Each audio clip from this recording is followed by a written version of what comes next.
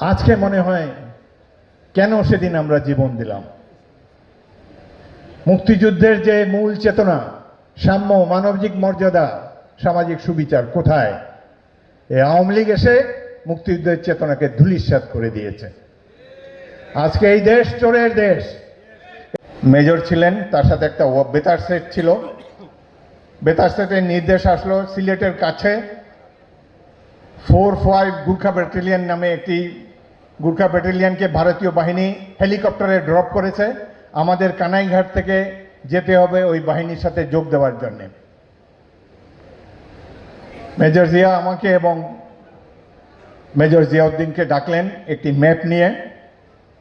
তিনি বললেন যে সিলেটে সবার আগে আমরা পৌঁছতে চাই। এটি হলো ডিসেম্বরের প্রথম সপ্তাহের কথা। বিজয় তখন দ্বার প্রান্তে, স্বাধীনতার রক্তিম সূর্যের লালিমা দূর আকাশে দেখা যাচ্ছে। এই সময় তিনি ঘোষণা করলেন সিলেট আমরা দখল করব। আমরা একটা রুট নির্ধারণ করলাম চা বাগানের ভিতর দিয়ে। বিভিন্ন তখন যুদ্ধ হচ্ছে দরবস এবং খাদিমনগরে। এই যুদ্ধক্ষেত্রগুলো এড়িয়ে আমরা 1200 সৈনিক সিলেটের পথে যাত্রা করলাম। পিঠে আমাদের অ্যামুনিশন, পিঠে আমাদের শুকনা চিরা গুড়।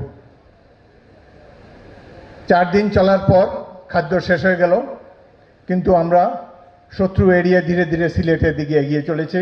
চা বাগান অবহেলিত, চা বাগানের জঙ্গল কাটতে হচ্ছে আমাদেরকে। সারা রাত চলি আর দিনের বেলা ঝোপ জঙ্গলে লুকিয়ে থাকি যাতে উপর থেকে এয়ার স্ট্রাইক না করতে পারে। জেনারেল জিয়ার একটা ম্যাপ কেস ছিল, সেটা পলিথিনের কাভার ছিল। শেষ রাতের দিকে সেটি গাছের নিচে বিছিয়ে তিনি, ক্যাপ্টেন অলি আহমদ এবং আমরা 3 জন সেখানে ঘুমাতাম।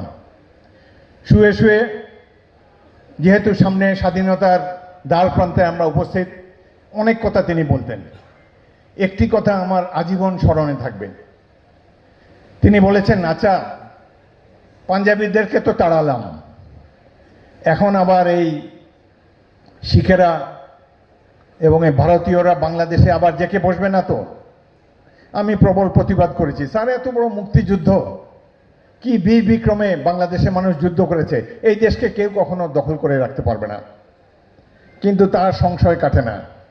আজ এতদিন পরে মনে হয় যে এই 53 বছর আগে তিনি ভেবেছিলেন পাকিস্তানিদের সরানোর পর অন্য কেউ এসে এখানে প্রভুত্ব বিস্তারের চেষ্টা করবেন। কত নির্মম একটি সত্যের মুখোমুখি আজকে আমরা হয়েছি।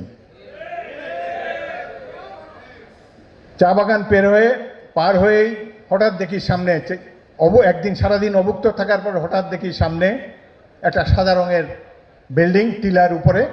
সিলেট কখনো যাই না, চিনতাম না, পরে জানতে পেরেছি এটি এমসি কলেজের প্রিন্সিপালের বাসা।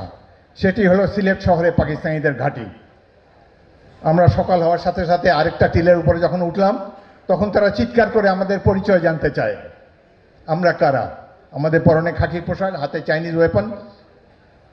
তো কিছুক্ষণের পরেই তারা বুঝতে পারলো কারা আমরা। পদাতিক সৈনিকরা প্রথম সুযোগেই পরীক্ষা খনন করতে হয়, ট্রেঞ্চ। কিন্তু আমরা ট্রেঞ্চ খনন করার হয়তো আধা ঘন্টা টাইম পেয়েছি, হাঁটু পর্যন্ত খনন করা হয় নাই, পুরো শরীর এক্সপোজ। এই সময় পাকিস্তানিরা সংঘবদ্ধ হয়ে 3-4টি আক্রমণ করলো আমার কোম্পানির উপরে।